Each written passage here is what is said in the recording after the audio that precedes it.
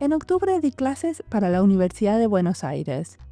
Específicamente, di un seminario con estudiantes de doctorado en diseño sobre investigación a través del diseño.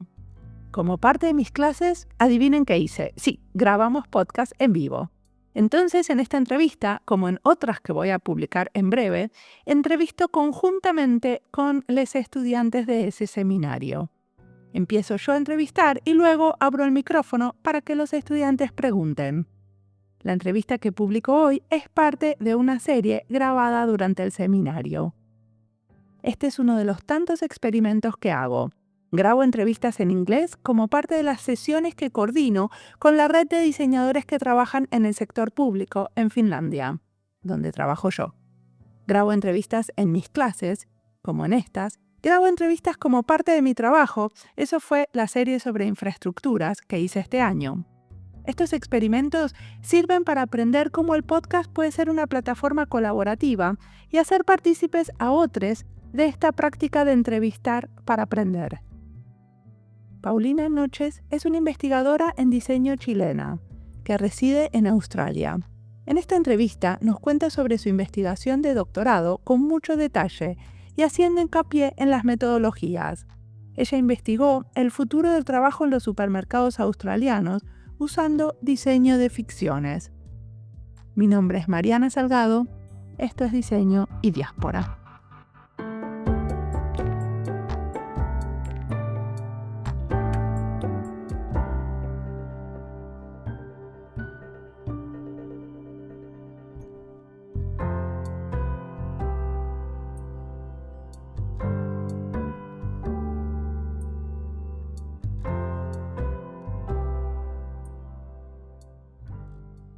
Hola, mi nombre es Paulina Noches Pareja. Soy diseñadora, practicante, educadora de diseño y investigadora de diseño. Estoy en mi último año, ya en mis últimos meses, terminando mi PhD. Yo soy chilena, como dije, estudié diseño en Chile y luego me vine a Melbourne, Australia, a Monash University, después de 8 años de trabajo en la industria en Latinoamérica, específicamente en retail. Ahí pues les puedo contar un poco más después de eso. Me vine y quise cambiar mi rumbo a la academia después de haber dado clases en la Universidad de Talca en Chile. Me quedó gustando muchísimo y quise estudiar un máster. Me vine a Monash University a estudiar un máster en Industria Cultural y Creativa y luego a COVID me devolví a Chile, volví a hacer un PhD nuevamente a Monash University. Así que estoy terminando y ahora por lo tanto me puedo nombrar investigadora, educadora y diseñadora. Perfecto. Y decime una cosa, ¿qué diseño estudiaste cuando estudiaste? Bueno, yo estudié en la Universidad de Talca en Chile, o sea, lo nombro fuerte porque es rural, o sea, estamos en la ruralidad, no en Santiago mismo, vine en las grandes ciudades. Es una universidad en región y estudié diseño de productos. Ese es el nombre de la carrera en la Universidad de Talca, que es muy parecido a lo que es diseño industrial, digamos, pero está más enfocado en el producto. Entonces, el producto un poco más abierto. Viene de la escuela de la Universidad Católica de Chile, entonces tienen como un más amplio definición o espectro del diseño. No está cerrado como gráfico, industrial, de servicios, interactivo, abarca mucho más, entonces le llaman diseño de producto, pero tiene mucho de la base industrial. Luego, bueno, me faltó decir que yo tengo otro máster que lo terminé, salí terminando el bachelor. Me fui a la Universidad de Girona, España, y ahí obtuve el máster en diseño industrial y desarrollo de productos. Wow, mucho máster. Y decime una cosa, el anterior, el máster que hiciste en Monash, ¿de qué es? Bueno, ese vino después. Después yo terminé mi máster de Girona, de diseño industrial. Luego trabajé 8 años en la industria del retail. De hecho, me fui a hacer una especialización en diseño de calzados a Buenos Aires, antes de comenzar a trabajar como diseñadora de calzado, que ese fue mi rubro, y luego visual merchandising y diseño espacial de retail. Luego de eso, en el 2018, me postulé a una beca Chile. Las becas Chile son unas becas, yo creo que las has escuchado, Mariana, son becas otorga el gobierno de Chile para estudiar y formar capital avanzado humano, algo así le llaman. Y que después tenés que volver a Chile para como de alguna manera devolver el préstamo. Exacto. Yo creo que muchos chilenos tomamos esa opción. Hay que estar ahí poniéndole mucho tiempo y dedicación para poder ganársela.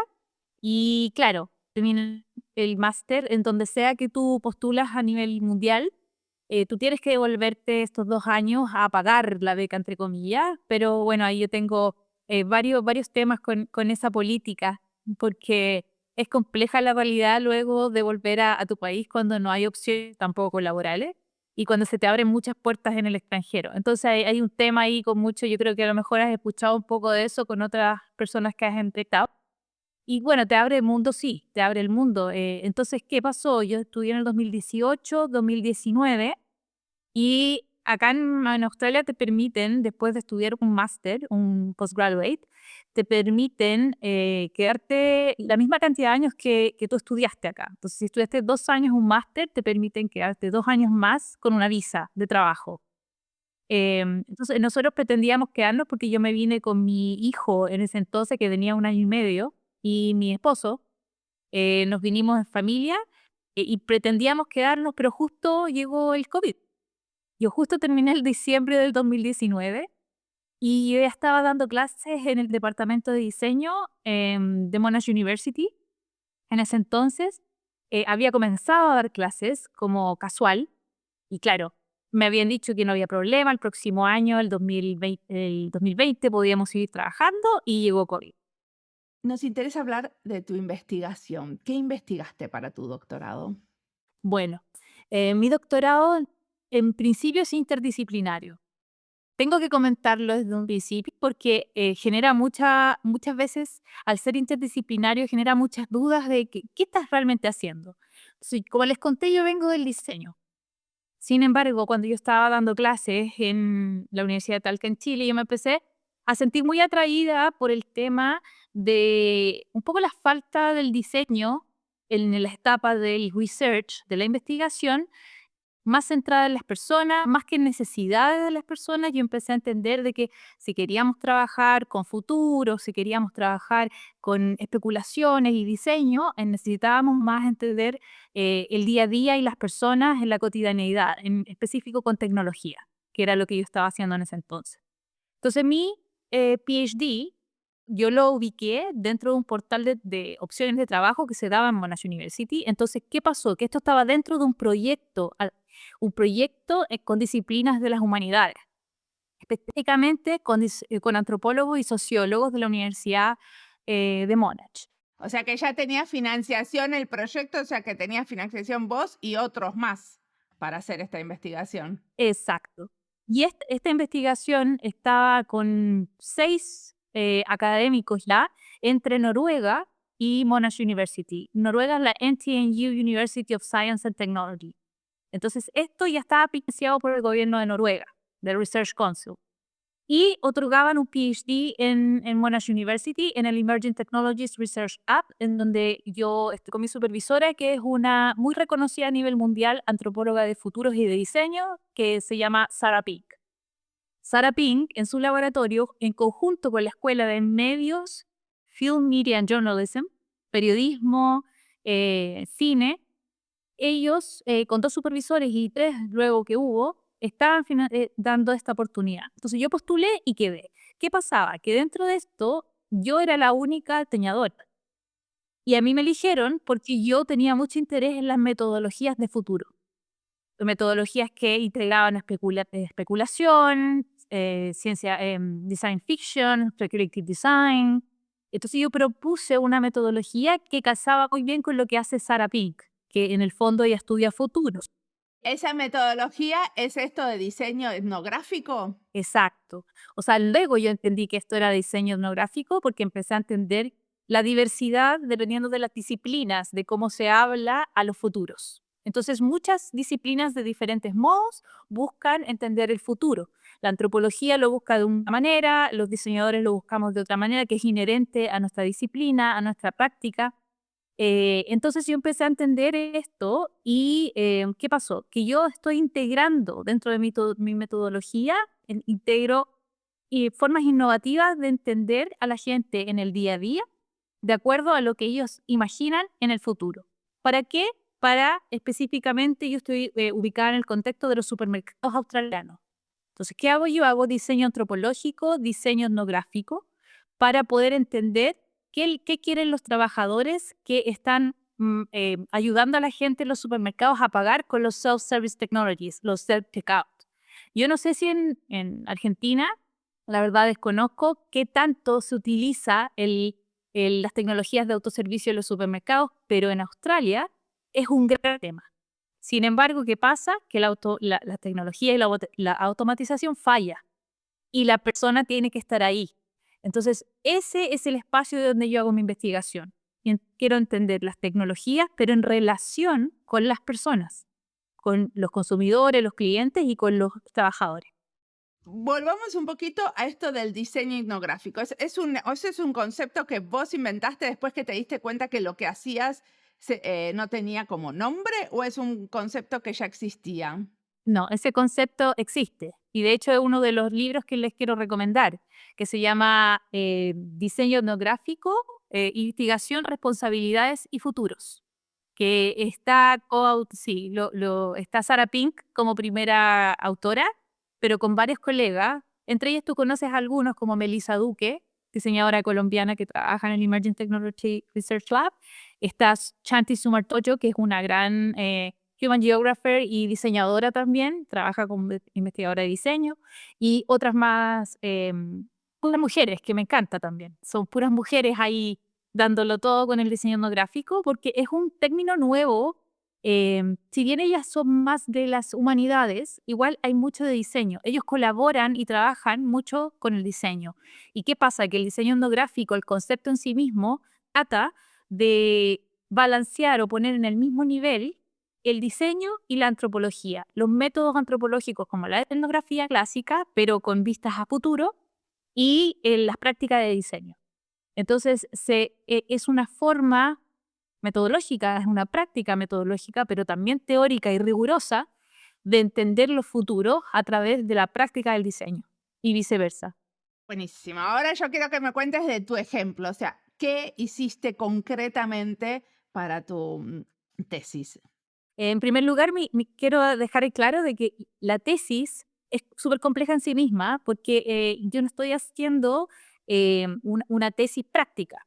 O sea, yo no tengo que llegar a algún resultado diseñando algún servicio de self-checkout, o yo tengo que analizar también teóricamente y rigurosamente con la antropología.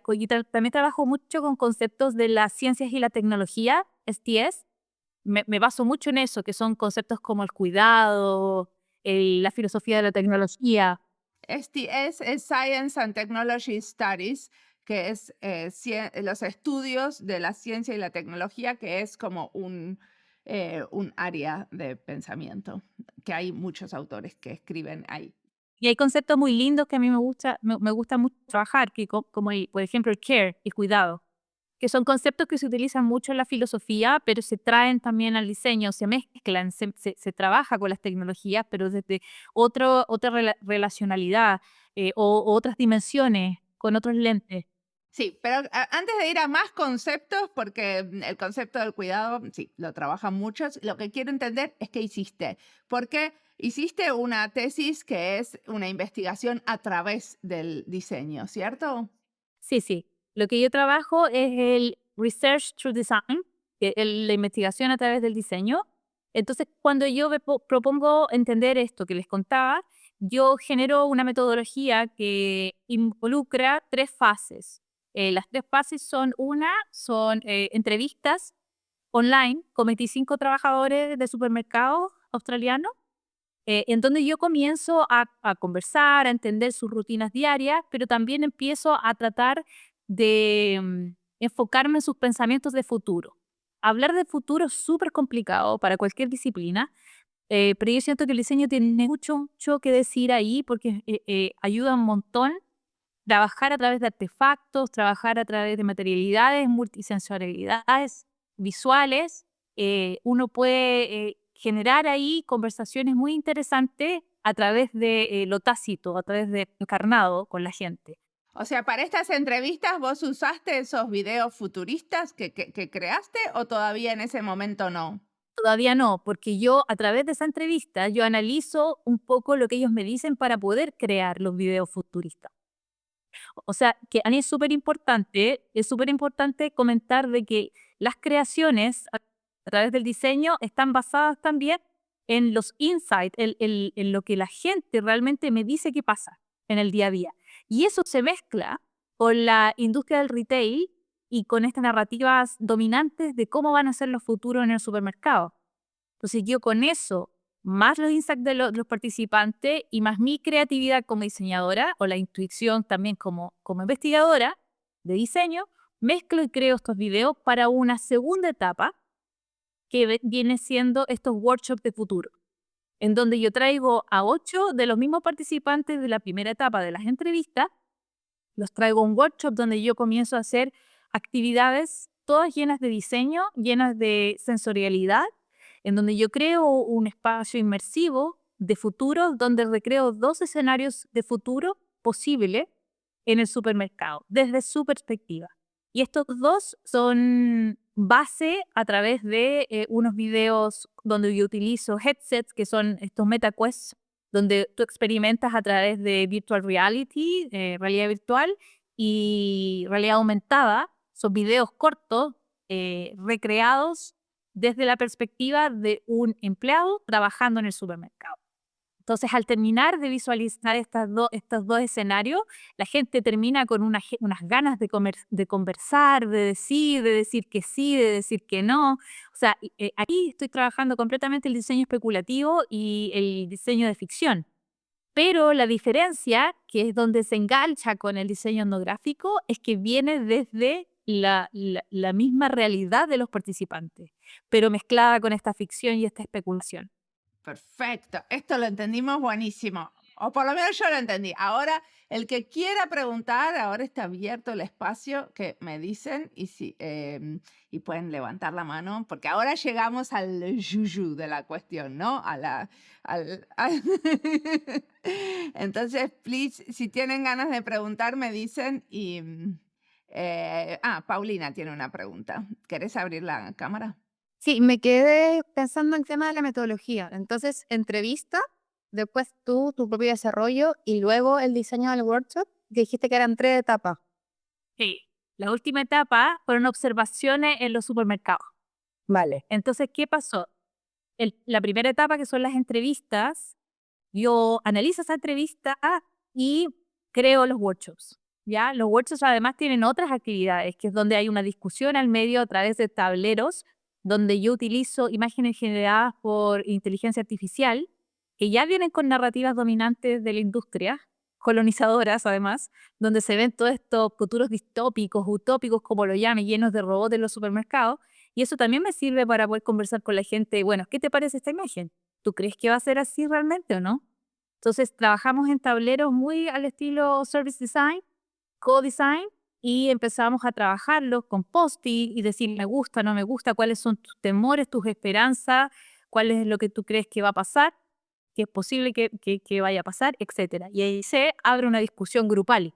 Después de que cada participante entendió, interpretó y estuvo inmersivamente viendo estos videos, luego hay una discusión grupal. Y finalmente en ese workshop yo hago que a través de materiales sensoriales hay un ejercicio que es muy lindo también, que es imaginativo. Y eso tiene que ver más con la esperanza, porque lo que yo trato de trabajar también es que yo entiendo los miedos y las ansiedades del futuro, porque eso es muy hablado también en lo que es la investigación, en las diversas disciplinas, se trabaja mucho cuáles son los miedos y las críticas. En mi enfoque, en mi proyecto, es que yo quiero moverme hacia adelante con la tecnología.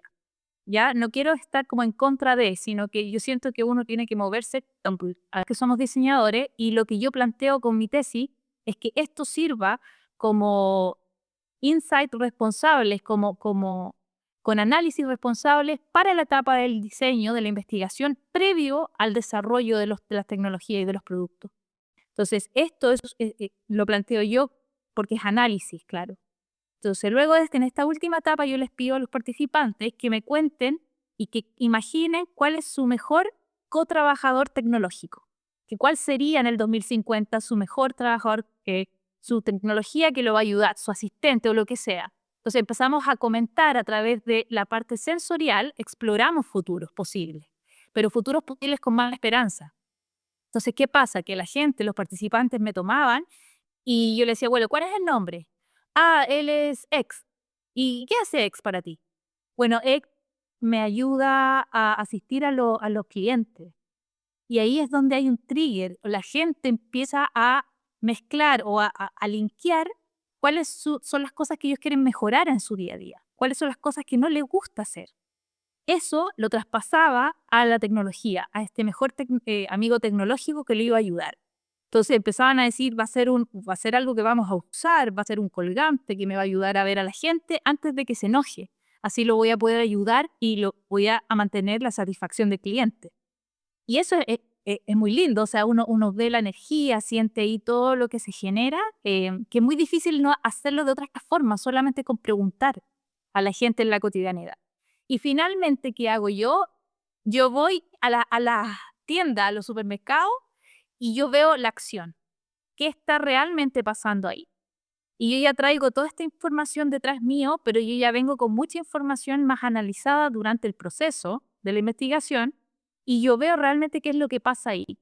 Y ahí se me abren dimensiones afectivas, de la relación entre tecnologías y personas, se me abren dimensiones sensoriales, cómo está diseñado el espacio del self-checkout, que también genera mucho la tensión que hay ahí, y cómo es esa parte situada, sensorial, la relacionalidad entre las tecnologías y los humanos. Perfecto. Caro tiene otra pregunta. Hola, buen día. Yo, bueno, un poco lo contestaste, pero lo que me gustaría saber es, después de estas etapas que vos contás, las entrevistas con ellos, tu mirada y después esta especie de juego de futuros posibles con los videos, igual corregime si no entendí bien, cómo eso se vuelca, todo este análisis, cómo se vuelca en un entregable con cierta rigurosidad que sirva como insumo después para seguir trabajando, lo que sea, artefactos o lo que sea que viene después.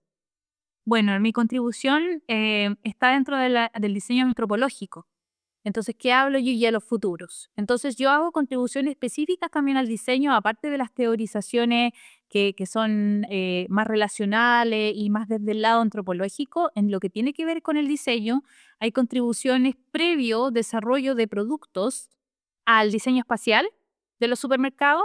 Hay contribuciones al entendimiento del diseño tecnológico de las máquinas, típicamente porque hay todo un tema también que no solamente es el diseño del self-checkout. Hay mucha fragmentación de tecnologías en el sector que son parte del self-checkout y del área, que son las tecnologías de vigilancia, puertas y carritos inteligentes. O sea, hay muchas cosas que están fragmentadas ahí, las cámaras de vigilancia, etcétera. Entonces, para todo eso también hay mucha contribución desde el entendimiento de la relacionalidad con las personas. Y luego también hay una contribución gigante que tiene que ver con el diseño de servicios mismo, porque el enfoque de mi tesis tiene que ver con el trabajador. Entonces hay visibilización del trabajador en torno a un rol que se está perdiendo porque supuestamente la tecnología lo va a desplazar, pero que en el fondo mi tesis dice que bueno, la automatización, como se sabe, siempre falla. Y siempre va a fallar la tecnología en un punto porque está siempre innovándose. Entonces, ¿qué pasa? El humano siempre va a estar ahí. Y ese humano que está ahí sirviendo no está dentro de los planes de futuro de los supermercados ni de la industria del retail, pensando en estas utopías o estas promesas tecnológicas de futuro. Entonces, todas estas contribuciones tienen una dimensión más sensible. Hay una dimensión que está escondida, que es la afectiva, la sensorial, la situada y encarnada de lo que es vivir la espacialidad. Muchísimas gracias. Virginia, tenías una pregunta. Sí, muchas gracias. Todo lo que venís diciendo al ver los videos y pensando en esto de estar en ese lugar, todo lo que decís sobre esto de moverse y de ser uno, se me hizo muy vívido ahora al escucharte. Y mi pregunta va por el tiempo. Pensando en los futuros, en las posibilidades, te agradezco traer esto de lo afectivo. Nada, vienen todos mis prejuicios y emergen en esto de el tiempo, el futuro, el haber alguien que me acompaña, que está ahí.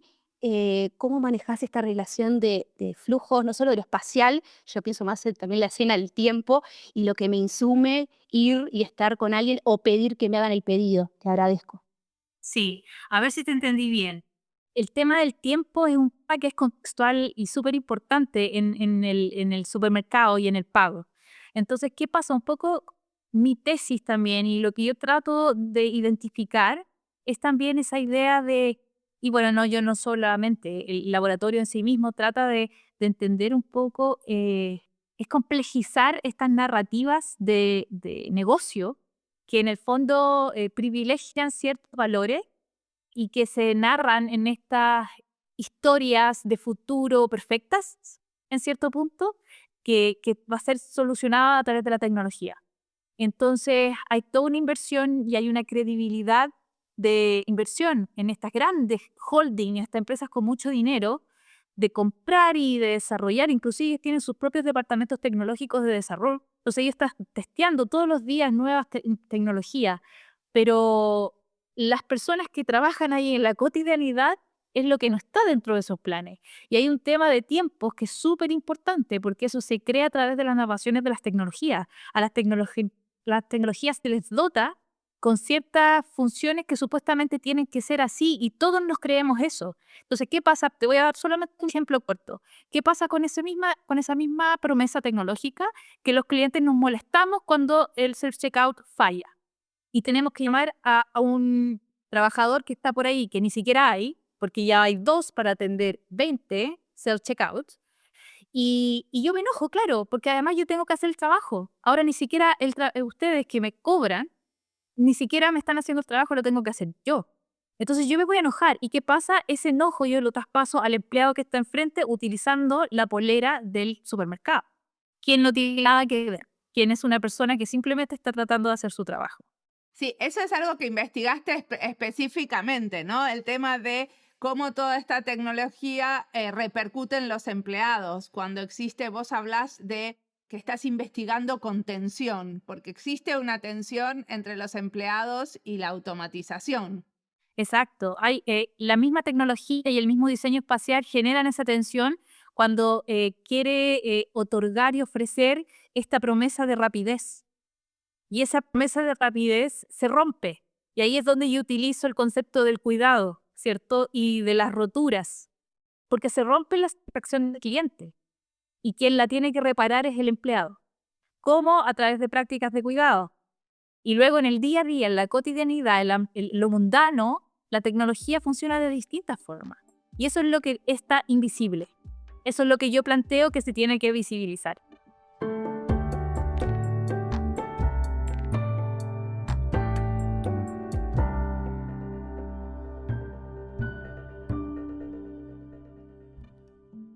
Esta entrevista es parte de las listas Chile y Diseño, Australia y Diseño, Investigación en Diseño, Antropología y Diseño, Diseño de Servicios, Diseño y Futuro. Las listas las encuentran en nuestra página web en la sección de recomendados, en Spotify y en YouTube. Y si estás buscando algo y no lo encontrás, siempre te puedes comunicar conmigo. Hablamos de metodologías de diseño especulativo en muchas entrevistas en este podcast. Nombro algunas. Una de mis favoritas es Ficciones, de la lista Diseño y Futuro, una entrevista a Andreu Belsunces. Es el episodio 302. También está la hermosa entrevista a Isabela Brandalize en el episodio 22, hace mucho tiempo, donde hablamos de cómo el diseño especulativo nos puede servir para repensar políticas públicas. Con Claudia Sáenz Zulueta hablamos de diseño de ficciones y juegos, un trabajo coordinado por la ONU, la Organización de las Naciones Unidas. Es el episodio 546. Acá les cuento sobre casos desde España, Brasil y Finlandia, con diferentes diseñadores trabajando con diseño especulativo. Esto es solo una pequeña muestra de cómo Diseño y Diáspora conecta ideas y personas a través de contenido relacionado al diseño en diferentes geografías. Ahora sigamos escuchando a Paulina, que nos cuenta qué hicieron en Australia usando metodologías similares.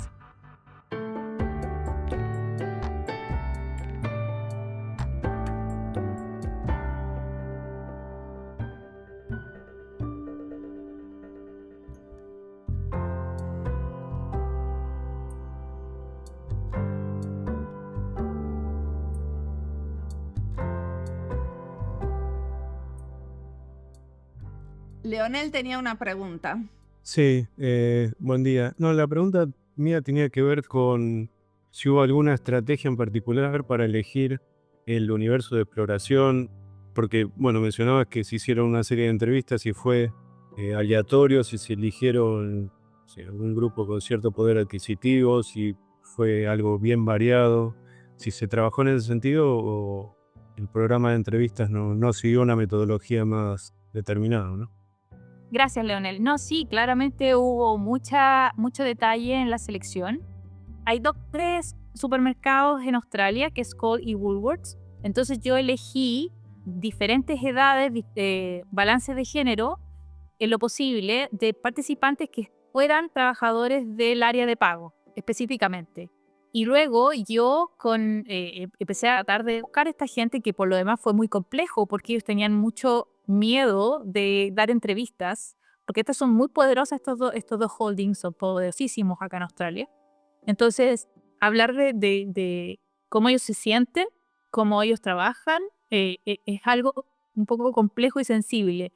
Entonces terminamos haciendo estas entrevistas online, en donde ellos me contaban, pero yo sí elegí a través de, bueno, también se hizo solamente en Melbourne, pero con parte de Brisbane, que son 2 regiones separadas en Australia. También busqué a través de uniones de trabajadores. ¿Pero no estaban anonimizadas las entrevistas? Y claro que sí, claro. Pero igual ellos tenían mucha reticencia a participar en un principio. Porque estas empresas son bien... Acá las uniones de trabajadores, si bien existen, ellos tienen mucho poder. Entonces, en el fondo, era un poco como, mira, yo no me voy a meter como en este tema, yo prefiero no comentar. Al final sí obtuve bastante participación y luego la misma gente se entusiasmó mucho, especialmente los jóvenes, tengo que decirlo, en participar en los workshops. También tenía muchas ganas porque encontraban que era algo que le llamaba demasiado la atención experimentar eso. Y luego ya yo obtuve, eso es otra cosa que les quería comentar, yo para poder hacer fieldwork, trabajo de campo en los supermercados, negocié 9 meses con una de los grandes supermercados de Australia, y para mí es un orgullo poder decir que ellos me dieron el acceso, porque no le dan acceso a nadie, son cajas bravísimas, menos cuando tú estás haciendo una investigación desde la perspectiva de los trabajadores, es algo que ellos no quieren abrir en absoluto. Y hay mucho discurso y hay mucha gente que está en contra de los self-checkout acá en Australia, desde la perspectiva de los consumidores, porque están reemplazando a los humanos y ellos sienten esa diferencia. El cliente siente que no es lo mismo el servicio ahora que están en contacto con una máquina en vez de un ser humano. Entonces sí, hubo mucho detalle y bueno, y déjame, Leonel, tengo que decirlo también, mis supervisoras, muchas vienen de la antropología, entonces son sumamente detallistas y cuidadosas en cómo yo diseñé el trabajo de campo. Buenísimo. Bueno, Sarah Pink, que es su supervisora, es muy conocida porque fue una de las primeras que empezó a hacer como un análisis muy riguroso de data que tiene que ver con fotografías, videos, ese tipo de materiales, ¿cierto? Como escribió libros sobre cómo podemos manipular esa data para sacarle el jugo y los diseñadores usamos mucho ese material, porque en algún momento no había nada más aparte. Ella fue como una pionera en eso, ¿no? Claro, ella es la pionera de la etnografía visual y sensorial. Exactamente. El Visual Ethnography es el libro de ella que está buenísimo que lo lean, que es muy interesante, que es justamente el que les ayuda. Ahora vamos a hablar de eso. Raquel, tenías una pregunta. Bueno, quería preguntarte, gracias por toda la explicación, y quería preguntarte con el tema de quién es el destinatario de la investigación. O sea, vos ahí comentabas un poco que estaba desde la mirada de de los trabajadores, pero bueno, ¿quién impulsa o de qué lado está, digamos, la investigación? Bueno, el tema de quién es la audiencia, en el fondo, para mí es primordial y muy importante y es como un poco un desafío mío también, de poder integrar esto en los mundos de los ingenieros, los roboticistas, los diseñadores industriales, la gente, las startups de tecnología y robotización. Acá se está dando Australia mucho auge políticamente a todo lo que tiene que ver con el impulso económico a través de la automatización, la digitalización y la robotización del trabajo. Entonces, a medida que esto está emergiendo en este momento, mi tesis yo la considero como un punto muy relevante en términos de que debiesen considerarse este tipo de tesis de investigación, otros tipos de proyectos, en torno a cómo este material debería informar las etapas previas de desarrollo de productos, de desarrollo de espacio, de desarrollo de servicios, estos nuevos mundos que vamos a crear, ¿cierto? Porque como se está dando este auge y hay un momento de cambio, todas las voces deberían ser incluidas en el cambio. Y para mí, situar al trabajador como una voz marginalizada que no se incluye en estos planes de futuro de los negocios, desde el lado de la política, no tanto debiese ser, porque es una gente más que crea, ¿cierto? Yo también eso lo llamo mi tesis como, me tomo del antropólogo Tim Ingold, que habla sobre estas mezclas que crean la realidad, ¿cierto? Que crean las atmósferas, Entonces, no es solamente el consumidor o el cliente con la máquina, es el espacio, el diseño espacial, el diseño de servicios, es el trabajador. Esa crea tu experiencia, o sea, todo el conjunto crea experiencia. Por lo tanto, ellos debiesen estar, al menos de las conversaciones o de los insights que toman en cuenta el desarrollo post investigación. Los policy makers, que vendrían siendo la gente del gobierno que crea bien las políticas, debiesen ser gente que yo creo que le es muy relevante leer esto para entender qué está sucediendo con los trabajadores hoy en día en torno a la automatización. Hay una discusión bien grande en las uniones de trabajadores, especialmente en los warehouses. Mariana, ayúdame con la palabra. La fábrica, los galpones. Los depósitos. Los depósitos. O sea, en Australia se ha automatizado, robotizado completamente los galpones de mercadería. ¿Por qué? Porque ahí no hay clientes. Ahí ellos pueden hacer y deshacer lo que quieran. Y en el fondo el trabajador se tiene que adaptar completamente a ese nuevo sistema. No es así en las tiendas de supermercado porque ahí ya entra el otro agente que es el consumidor. Y ahí el consumidor es mucho más complicado. Entonces hay todo un tema relevante que yo siento que los ingenieros, las startups, los diseñadores, toda la gente que tiene que ver con la creación de estos nuevos mundos automatizados en el trabajo, debiesen tener presente este tipo de investigación. Decime una cosa, quiero volver al tema de que justamente como tu supervisora fue una experta en esto de analizar data que viene de video, fotografías, grabaciones de audio y parte de tu material, como trabajaste la investigación a través del diseño, parte de tu material es video, realidad virtual, fotografía. ¿Cómo analizaste todo eso? Ha sido un desafío, lo tengo que manifestar de esa manera. No tiene que ver solamente con el material y un poco el análisis de este material que me ha tomado bastante tiempo en mi tesis. Pero yo siento que lo que he aprendido mucho es a analizar mediante el hacer, que es un poco distinto al post-análisis, ¿cierto? A mí me pasa que he podido desarrollar unas habilidades que tiene que ver también con lo que mis mentores me han enseñado un poco. Hay una palabra muy linda que se utiliza que es el attunement. El attunement en inglés es el estar como muy enfocado, es estar en el momento, es estar como con todos los sentidos abiertos. Sincronizado. Sí, claro, todo tiene que estar muy abierto y estar con todas las antenas puestas, con todo tu cuerpo, con todo tu ser, a lo que estás viviendo o lo que estás haciendo. Y les voy a dar un ejemplo muy literal. Yo cuando estaba diseñando en la segunda etapa durante los workshops, cuando yo estaba diseñando los videos de realidad virtual, que por lo demás yo lo hice colaborativamente, lo tengo que también decir. Yo trabajé con 3 internos de diseño del departamento de diseño espacial, diseño industrial y máster en diseño de interacción, que es donde yo doy clase. Ellos me ayudaron a trabajar técnicamente algunos de los artefactos. Entonces, cuando estaba conversando y cuando yo lo estaba creando, en el momento que yo hablaba con ellos y en el momento que estaba en mi casa trabajándolo, diseñando la narrativa de la ficción, por ejemplo, que venía con todos estos temas ya en mi cabeza, había mucho de intuición. Yo lo llamaba intuición. Sarah Pink tiene un concepto, llama la corazonada etnográfica. Ella lo llama así, en el momento que uno está haciendo las cosas, tú mismo te empiezas a dar respuestas, ¿cierto? Que tiene que ver con el análisis mismo.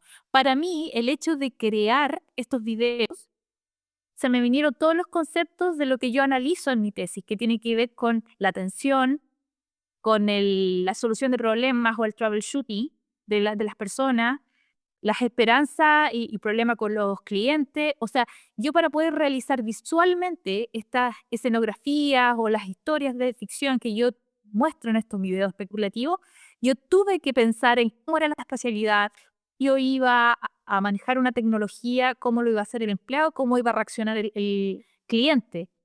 Todo eso era parte del análisis. Mientras yo lo estaba realizando, lo estaba analizando.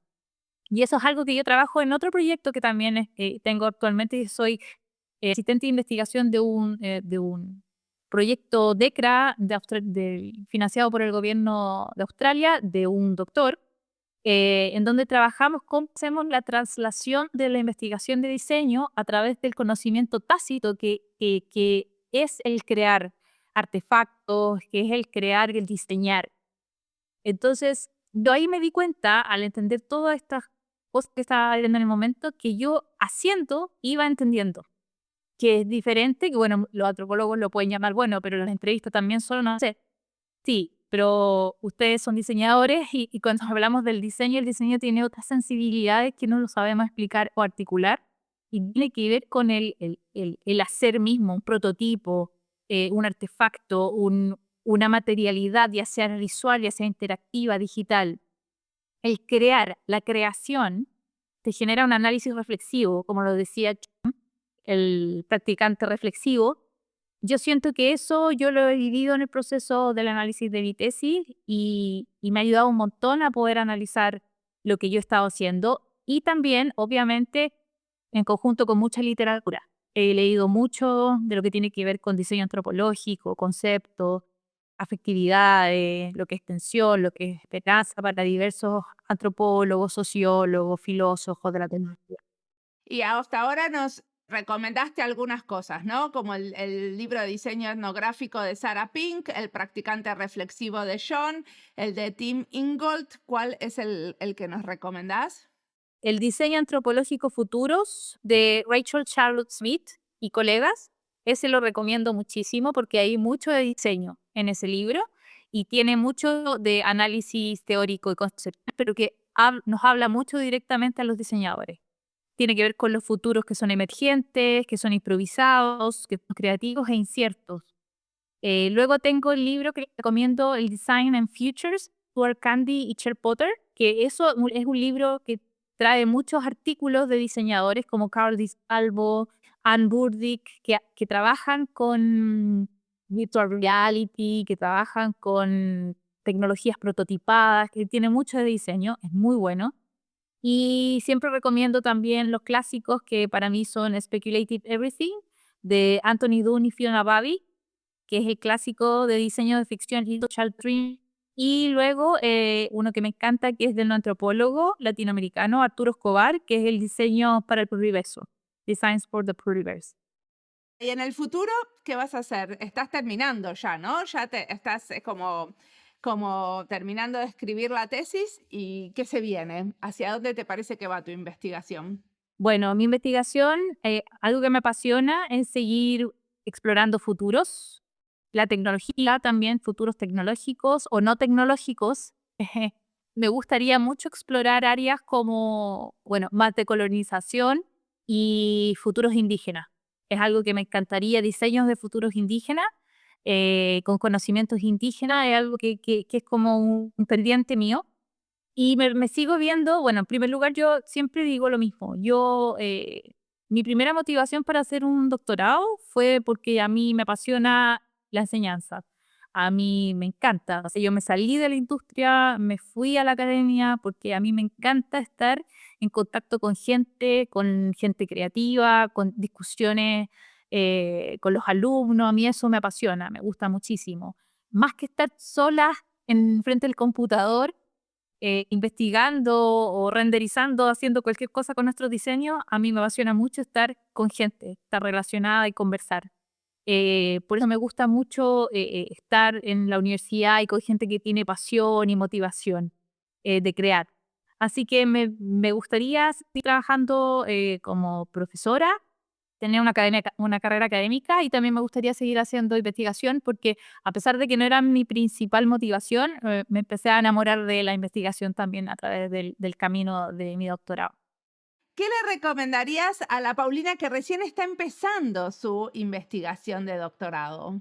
Me encantó. Y aquí va a salir la Paulina, que es súper emotiva y emocional, porque como yo les digo en mi tesis, yo hablo de la afectividad, de la relacionalidad. Para mí no es separación. O sea, yo siento que hacer un doctorado para los que están empezando, les digo al tiro que no, mi experiencia, y creo que por lo que he escuchado con muchas personas, no es fácil hacer un doctorado, porque es un desafío personal gigantesco. Es un proceso donde todos tus demonios, tus temores afloran aquí en la superficie y tú los tienes que enfrentar cada día de frente, con ansiedad, con temores, con síndrome del impostor, vulnerabilidades. Uno enfrenta también las relaciones institucionales, las relaciones interpersonales con los supervisores, con las personas, con las disciplinas, con las personas de la industria y con uno mismo. Y siempre digo que hay 3 dimensiones que uno tiene que enfrentar día a día, pero es un desafío que cuesta, que hay que ser resiliente, que hay que ser proactivo, que hay que ser organizado y hay que ser bien luchador. Yo no voy a decir que no me salieron lágrimas a momento, yo no voy a decir que todo es perfecto porque no lo es. Es como el yin y el yang, yo digo también.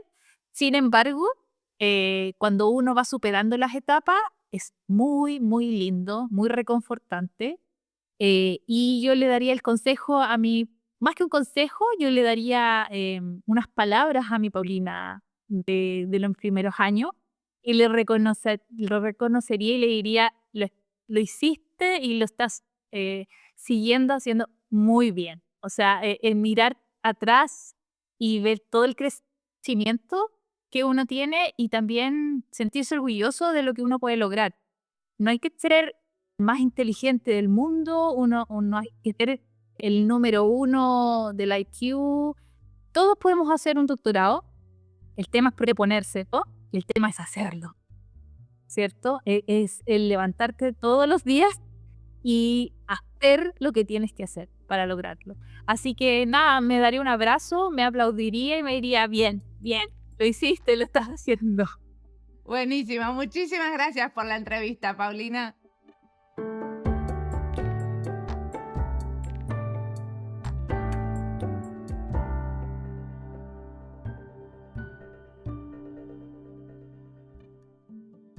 La frase de Paulina, el crear te genera un análisis reflexivo, me dejó picando. Primero, creo que es por eso que defiendo que para los diseñadores usar el diseño como una herramienta de investigación es muy útil. No solo porque reflexionamos creando, sino porque podemos entender qué preguntas de investigación se pueden explorar a través de nuestros diseños, y quizás contestar alguna que valga la pena. Después, porque reflexionar ocurre de muchas maneras. Cada vez más seguido en este podcast sale el tema de usar el cuerpo y las emociones para diseñar. Una manera de poner el cuerpo es creando, y si queremos crear con creatividad, algunos nos dijeron que hay que equivocarse en voz alta, dibujar mal, prototipar feo, hablar en público y trabarse, aceptar hacer entrevistas de podcast aunque estén fuera de tu zona de confort. Estas cosas pasan cuando te animas a moverte, a ensuciarte, a enchastrarte y chivar la remera o sudar la camiseta. La co-creación y el codiseño del que tanto hablamos en este podcast ocurre en grupo, con presencia física, haciendo juntes. Y la voz y la escucha también son parte de este estar juntes. Sigamos escuchándonos porque es también una manera de hacer con el cuerpo, de hacer en grupo. Como siempre, la música del podcast es de Antonio Zimmerman, el diseño de sonido es de Julián Pereira. Este podcast está publicado con licencia creativa común con atribuciones. Esto fue Diseño y Diáspora. Pueden seguirnos en nuestras redes sociales en YouTube, Instagram, LinkedIn y Blue Sky o visitar nuestra página web diseñoydiaspora.org. No olviden recomendarnos y recomendar nuestros libros. Nos escuchamos en la próxima.